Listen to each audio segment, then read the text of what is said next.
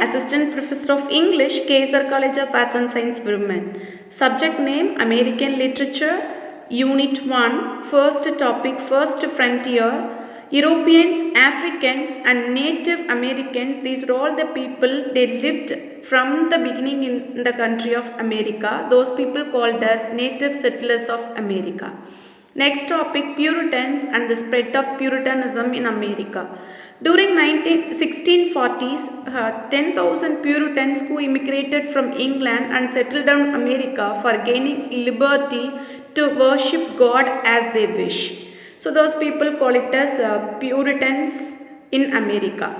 And Romanticism, optimistic and pessimistic. So here in America, Romantic writers, they dealt the concept under the thing of emotions and freedom. They didn't think about the concept of logic, and also it called as dark romanticism because they handled the people's life of rustic. The Flowering of the New England, it is a book published in the year 1936 and it is the first volume of American literature. It took the periods of 1815 to 1865 in the country of New England.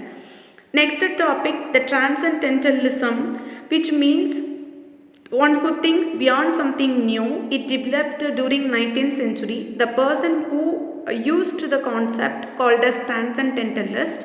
It emphasized the concepts of individualism, idealism and divinity of nature. Next topic, Writers of South, Thomas Wolfe, William Faulkner, Margaret Mitchell, Catherine Annie Porter and Peter Taylor called as Writers of South in America. Indian thought in Emerson, Thoreau and Whitman. These people, they impressed the Indian philosophies, Buddhist philosophies, Hinduism and Vedanta philosophies from India. And also they reflected in their writings, sacred writings of the East. So in that, a 50-volume set of English translation of Asian religious text. It is written by Max Muller.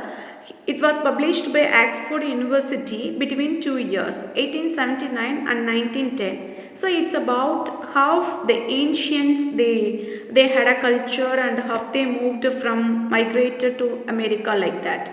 These are all the topics we can have in Unit 1 and Unit 2, O Captain, My Captain by Walt Whitman. He is most influential poet, essayist and journalist.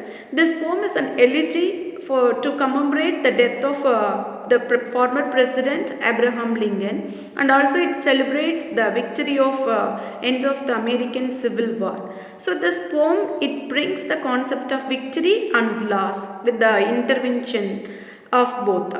Next poem, Birches by Robert Frost. He is an American realistic poet. This poem published in the year 1915 and it has 59 lines and it is one of the most anthologized poem in his collections, and it depicts the concept of rural landscape and wildlife. So from that we can understand how Robert Frost is a natural poet. Next poem, Raven by Edgar Allan Poe. So it is he is an American writer, poet, editor and literary critic. So here Poe who introduced one unnamed narrator and also he is a scholar who loved the girl Lena and she was died. So the unknown narrator who mourned for her death. It symbolizes a semi-autobiographical poem because it is Edgar Allan Poe who expressed his mourning of his wife death Virginia through Lenore. So how the person from grief to reality. This is the concept we can see in the poem Raven. Because I Could Not Stop for Death by Emily Dickinson.